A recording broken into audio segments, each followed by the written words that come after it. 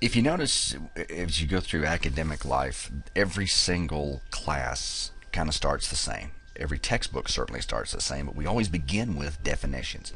And that seems kind of boring and it seems kind of predictable, but in reality, where else are you going to start? I mean, if you're going to become an expert in something, you got to first understand exactly what it is you're studying. And it's kind of like if you're going to solve a problem, you first have to define what the problem is. So kind of predictable and kind of boring, and yet it kind of does make sense that that's where we start. So that's where we'll start as well.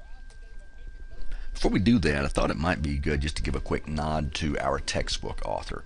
Kotler is very well regarded both inside and outside academia. He's written a great deal of texts that are used widely in academia. I think the fact that the American Marketing Association thinks so highly of him is a reason to have great respect for him. The most recent revisions to the American Marketing Association's recognized definition of marketing, and we'll look at those in a moment, but those most recent definitions of marketing, Kotler played a huge role in helping define and elaborate on and even narrow those definitions, so highly regarded on an academic standpoint. But the main reason I like Kotler is because a decision maker like you, an executive like you, might even actually buy a book that Kotler wrote. I mean, you walk into Barnes and Noble, you can see some of Kotler's works. They're on the shelves with the other marketing authors like Seth Godin and Tom Peters and Sergio Zeman and some of those. So I like him because he is respected in the marketplace as well. Now, some snobs in academia call this, popular press or popular literature. They kind of sneer at it. Well, that's not academic writing. That's just popular writing. And my attitude about that is, so what? If it can help you get results in marketing, then it's valuable writing. And so I like him because he writes for practitioners like you and me. So that's why Kotler is our choice for a textbook author, and has been for a number of years. Quick look at some definitions here. For years and years, the AMA's definition of marketing was that it's a societal process through which individuals and groups obtain what they need through creating, offering, and exchanging products and services of value freely with others. Good definition because it's nice and all-encompassing. Several of these definitions get a little bit more long-winded than I think they need to, honestly. And you'll notice here I've highlighted the word exchange because at the end of the day, that's what it is all about, is that marketing is an exchange process. In 2003, they went back and revised the definition again, and I would again remind us that Kotler played a huge role in helping determine what the established definition would be, really emphasizing the word value in this definition, that marketing is an organizational function and a set of processes for creating, communicating, and delivering value to customers and for managing customer relationships in ways that benefit the organization and its stakeholders. So a lot of things at work here. You got the fact that it's a process or a set of processes. That is, it's not just a one-time event, but that marketing is a process. It's about delivering value for the customers. It's about managing ongoing customer relationships. Something very important for us to note is that we don't want to just close a sale. We want to open and grow a relationship. That's where the real profit will come from. And also noted here that this relationship has got to be mutually beneficial. It's got to benefit both the organization and the organization's stakeholders, and that's the customers and any other person who can have a stake in the outcomes of the actions of the organization. So good little definition there. And of course, we weren't happy with that as the AMA. We had to go back and do it over again. And the most recently accepted definition, kind of similar, but a few differences here.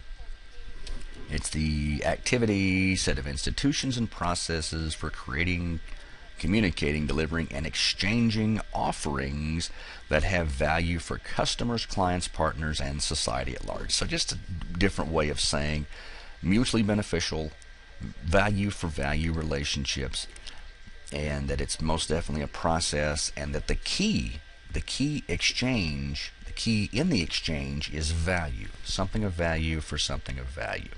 And of course, marketing management is one way to look at it, that is that marketing management, simply put, is the facilitation of this whole process. As a marketing manager, you're making sure that we're doing all of those things and doing them right, and we're making sure that we're maximizing the resources and the investments of those resources within the organization so that they deliver the greatest return. So simply put, marketing is the process and means of bringing buyer and seller together. Another way to look at it, it's the process. That is, it's not an event, but very much an ongoing process. The process and the means of bringing buyer and seller together. You could also say that marketing is the scientific influence of demand.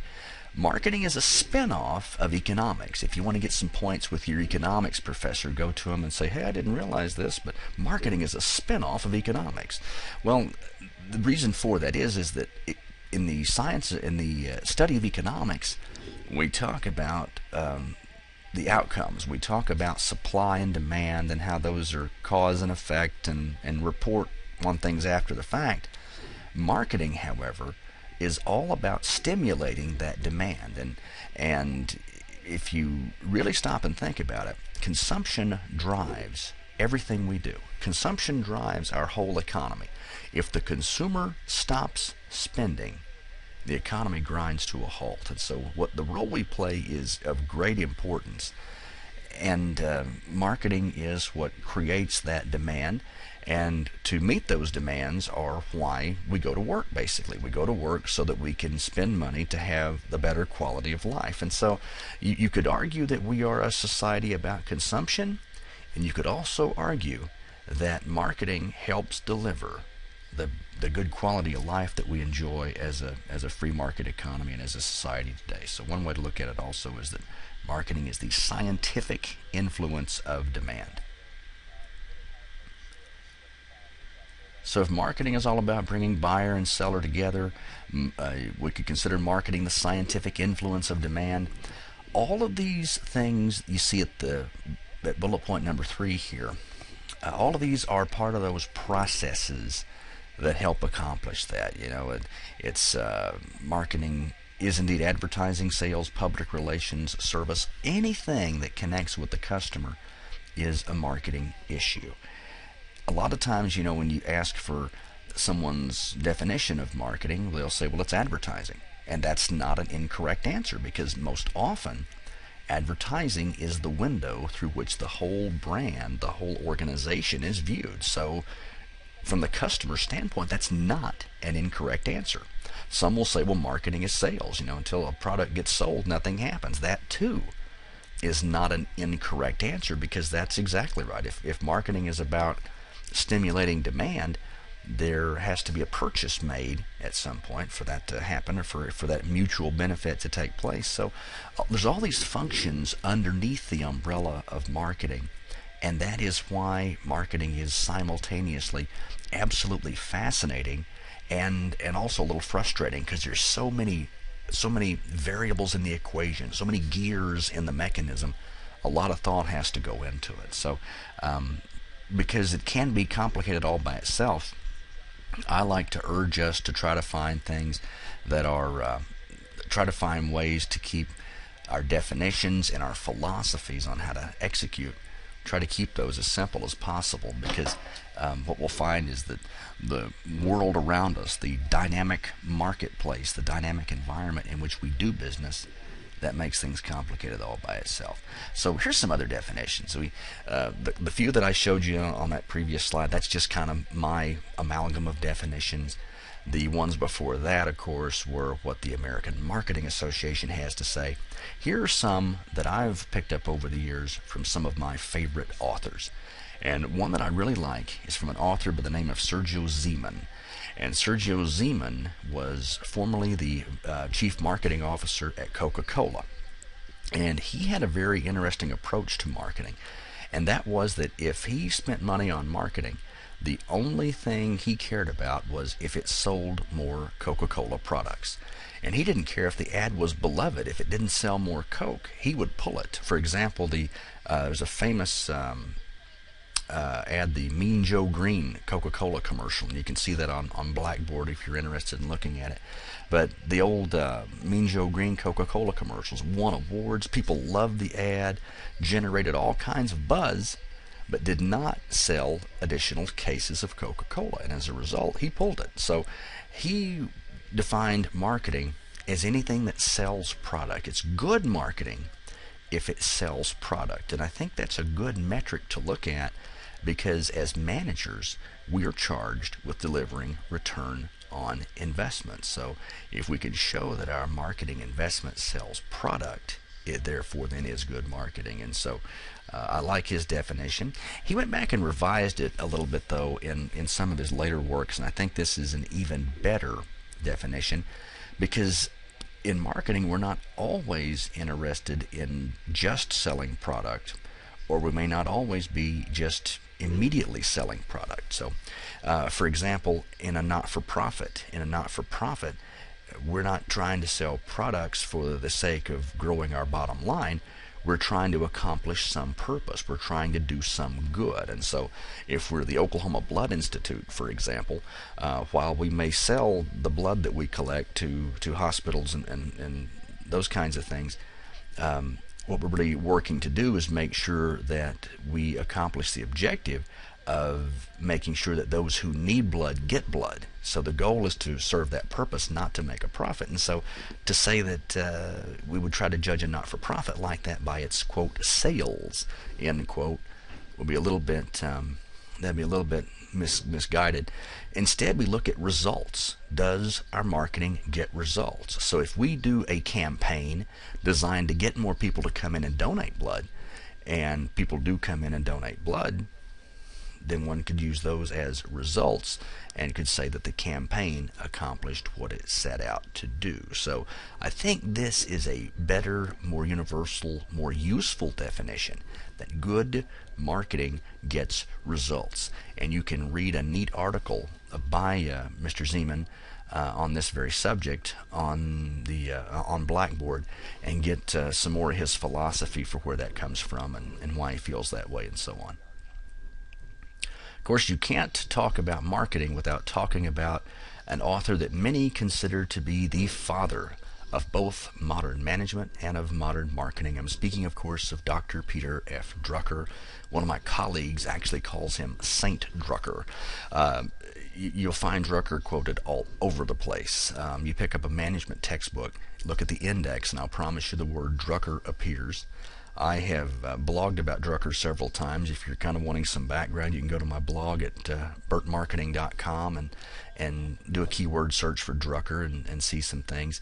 And one of the great strengths Drucker had was that he could make complex things nice and simple.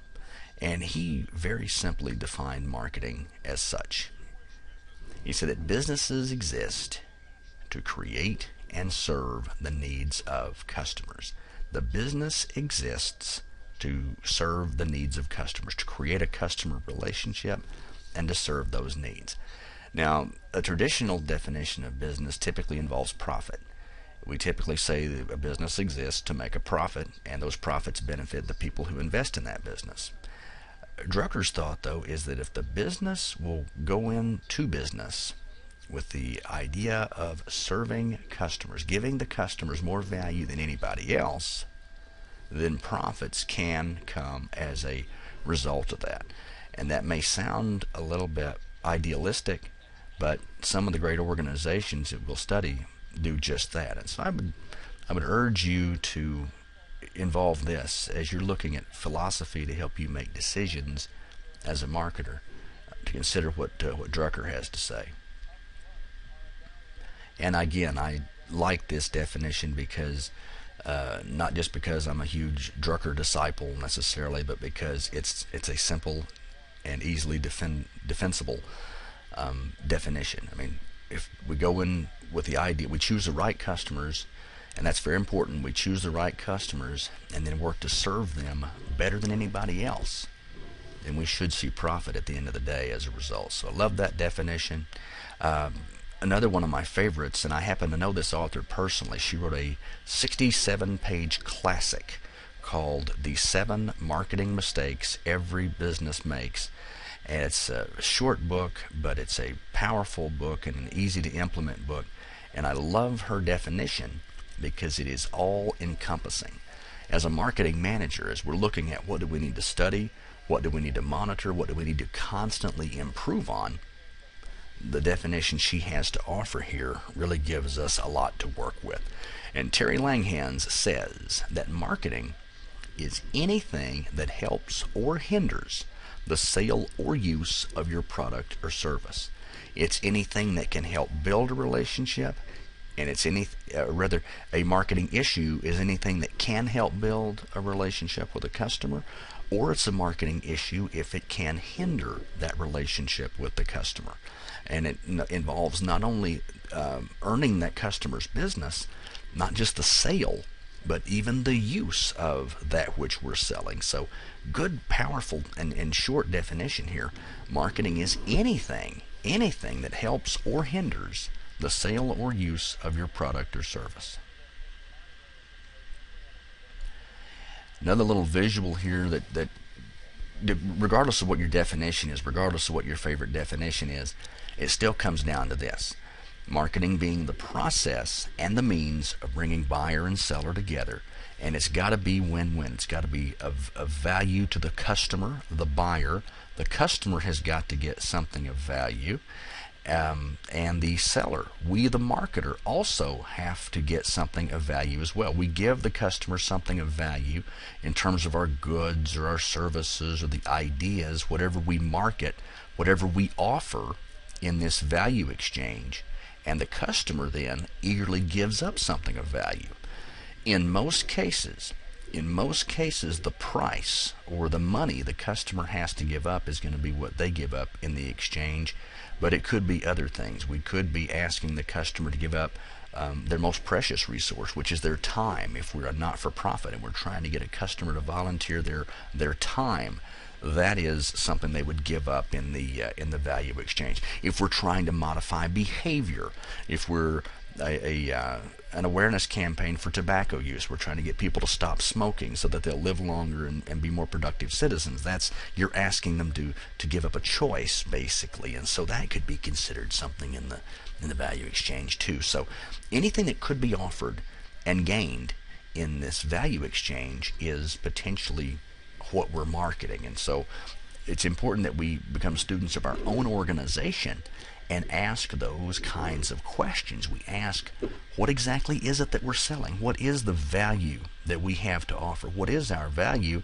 And what does our customer have to give up? And how do we make sure that they're getting more in exchange for what they're giving up, for what they're getting in the exchange as well? And so some simple little things that we can throw out on the table here as definitions, but they can offer an awful lot of great topics for us to continually discuss as decision makers to help us do a better job of building this relationship with our customers. And there it is, ladies and gentlemen, the main thing, the big filter through which we should run every single decision we make as marketers is value. What is it that we're offering in our value exchange? How does the customer define value? Even more important, how do we give the customer more value than anybody else? How do we make sure that the customer, when they give up whatever we're asking them to give up, that they feel like in the exchange they get so much more than they had to give up, that they're delighted, not just satisfied, but delighted with the purchase and with the relationship. So much so, in fact, that they'll come back and that they'll tell others about us, and that we can really build that relationship, because then we start getting into something called the lifetime value of that customer. If we've got that customer continually making an investment in us, there are lots of ways we can profit from that for a long period of time, and that profit can quite literally, folks, grow exponentially. And it all begins with a good study of value. What is value to the customer? How do we deliver that to them? And how do we make sure that we're giving them more value than they're having to give up in exchange, and that we're doing that better than the competition? So as we talk about narrowing things down into simple into simple approaches and simple concepts, we could even get it as narrow as one word. We could run everything through our value filter, basically, and that can help us make every single decision that we make as a marketer. And I assure you, this word value, you'll see a lot more on this as we deliver or as we develop through the course. There's a very important concept that I hit upon a second ago, the lifetime value of the customer. When we look at marketing plans, we'll understand that what we have to showcase is our value proposition. As we look at sustainable competitive advantage, we have to do a better job of delivering value than our competition is. And so we'll see a lot more that deals with this value idea.